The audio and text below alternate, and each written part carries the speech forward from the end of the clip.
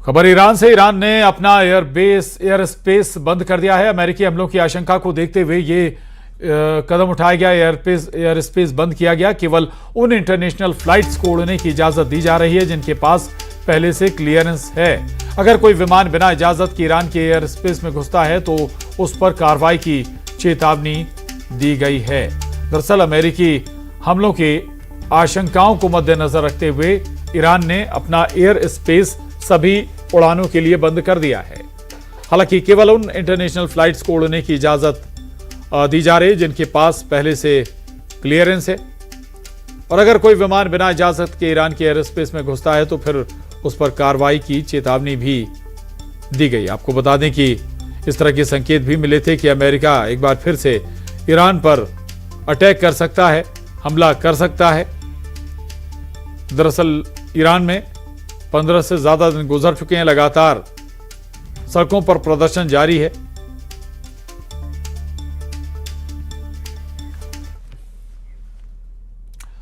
और अमेरिका अगले 24 घंटे में ईरान पर बड़ा हमला करने वाला है, यह दावा किया है खुद ईरान के एक ऑनलाइन न्यूज प्लेटफॉर्म ने। ईरान इंटरनेशनल ने न्यूज एजेंसी रॉयटर्स के हवाले से दावा किया कि अगले 24 घंटे में अमेरिका ईरान पर हमला कर सकता है। रॉयटर्स ने 2 यूरोपीय अधिकारियों के हवाले से यह जानकारी दी जिसमें यह बताया गया कि अगले 24 घंटे ईरान के लिए भारी पड़ने वाले हैं। रिपोर्ट में एक इजरायली अधिकारी के हवाले से यह भी कहा गया कि अमेरिकी राष्ट्रपति डोनाल्ड ट्रंप ने ईरान पर सैन्य हस्तक्षेप करने का फैसला ले लिया है, लेकिन इसका दायरा और समय अभी स्पष्ट नहीं है।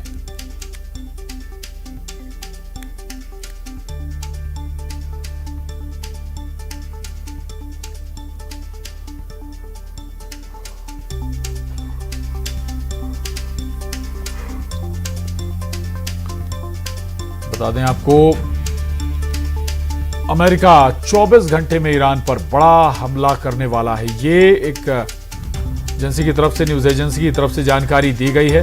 और इतना ही नहीं, ये भी बताया गया है रॉयटर्स के हवाले से कि डोनाल्ड ट्रंप ईरान पर हमला करने का फैसला ले चुके हैं। हालांकि समय तय अभी नहीं किया गया है, लेकिन तय माना जा रहा है कि हमला हो सकता है। और आशंकाएं जाहिर की जा रही हैं कि 24 घंटे के अंदर ही अमेरिका ईरान पर हमला कर सकता है। दरअसल ईरान में लगातार गतिरोध बना हुआ है, गृह युद्ध जैसे हालात बने हुए हैं। आम जनता सड़कों पर है।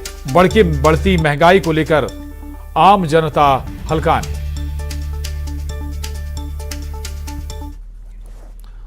और अमेरिकी राष्ट्रपति डोनाल्ड ट्रंप की ईरान पर हमले की धमकी के बाद रूस खुलकर ईरान के साथ आ गया। रूस के विदेश मंत्री सर्गेई लावरोव ने कहा कि ईरान के साथ पहले की तरह व्यापार होगा। इस बीच अमेरिका ने खाड़ी देशों में अपने कई सैन्य अड्डों से सैनिकों को दूसरी जगह शिफ्ट करना शुरू कर दिया है।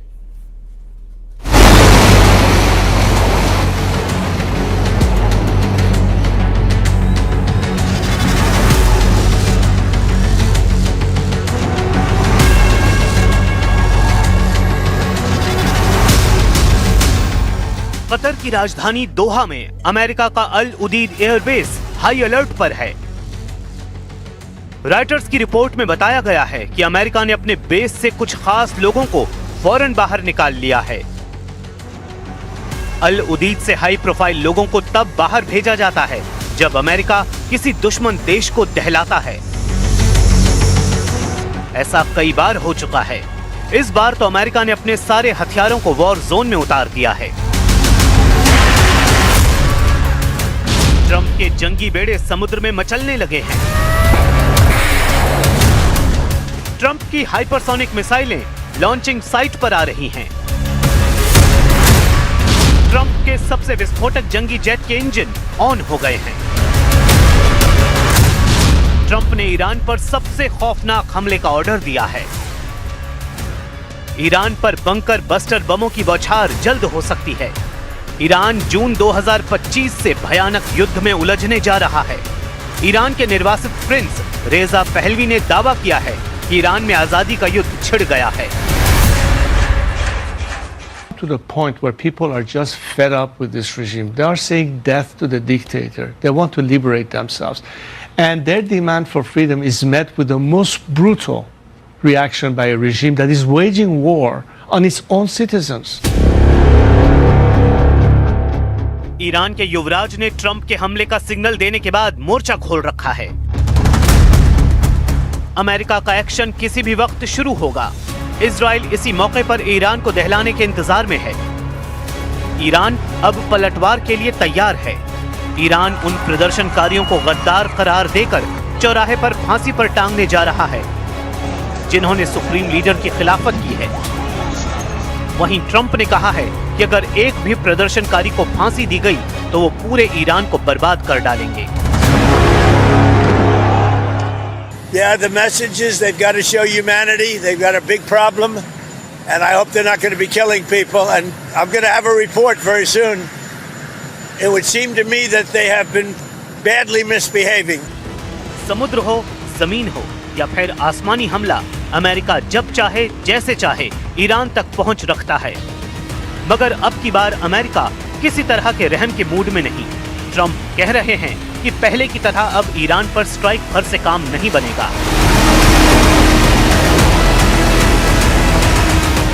ईरान में खामेनेई सरकार के खात्मे के लिए अमेरिका को भयानक युद्ध जीतना होगा, लेकिन अमेरिका को अरब देश और इजराइल ने फौरन हमला करने से बचने की सलाह दी है। NBC न्यूज के मुताबिक इजराइल और अरब देशों ने ट्रंप से कहा है कि अभी ईरान पर हमला कामयाब नहीं हो सकता, क्योंकि सुप्रीम लीडर खामेनेई इतने कमजोर नहीं हुए हैं कि उनका तख्ता पलट मुमकिन है। इसकी वजह हिंसक प्रदर्शन में आई कमी और सरकार के समर्थन में हो रही रैली में उमड़ रही भारी भीड़ मानी जा रही है। लेकिन ट्रंप किसी की सुनते नहीं, वो अपने मन की करते हैं। ट्रंप ने ठान लिया है कि ईरान को खामेनेई हुकूमत से आजादी वो दिलाएंगे। अमेरिका इसके लिए अपने 2 जंगी बेड़े ईरान को घेरने के लिए तैनात कर सकता है। अमेरिका का aircraft carrier USS Theodore Roosevelt नवंबर 2025 में सैन डिएगो से निकला था। दूसरा aircraft carrier USS Abraham Lincoln भी पहले खाड़ी में तैनात रह चुका है। जिस दिन ये जंगी बेड़े ईरान की तरफ बढ़ने लगेंगे वो अमेरिका के युद्ध की शुरुआत होगी। लेकिन ईरान से भीषण लड़ाई हुई तो अमेरिका उन फ्रंट पर कमजोर पड़ सकता है जहां उसे रूस से टक्कर मिल रही है। कैरेबियन सागर ऐसा ही एक वॉर जोन है जहां पुतिन ने नजर बना रखी है। निकोलस मादुरो के साथ हुए बर्ताव से पुतिन ट्रंप से बहुत ज्यादा नाराज हैं। निकोलस मादुरो पुतिन को अपना बड़ा भाई मानते हैं। रूस ने वेनेजुएला पर अमेरिका के हमले को दुनिया के लिए खतरा बताया है। पुतिन के लिए वेनेजुएला और ईरान दोनों अहम हैं, यानी अमेरिका अगर युद्ध भड़काने का जोखिम उठाएगा तो ईरान के साथ उसे भी जोरदार घाटा होने का खतरा है।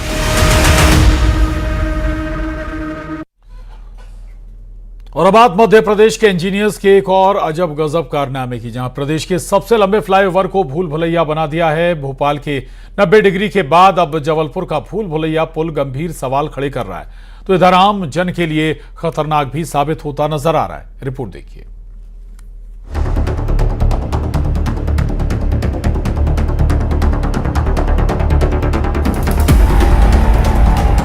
भोपाल में 90 डिग्री के अजूबे फ्लाईओवर के बाद अब MP का सबसे लंबा फ्लाईओवर भूल भुलैया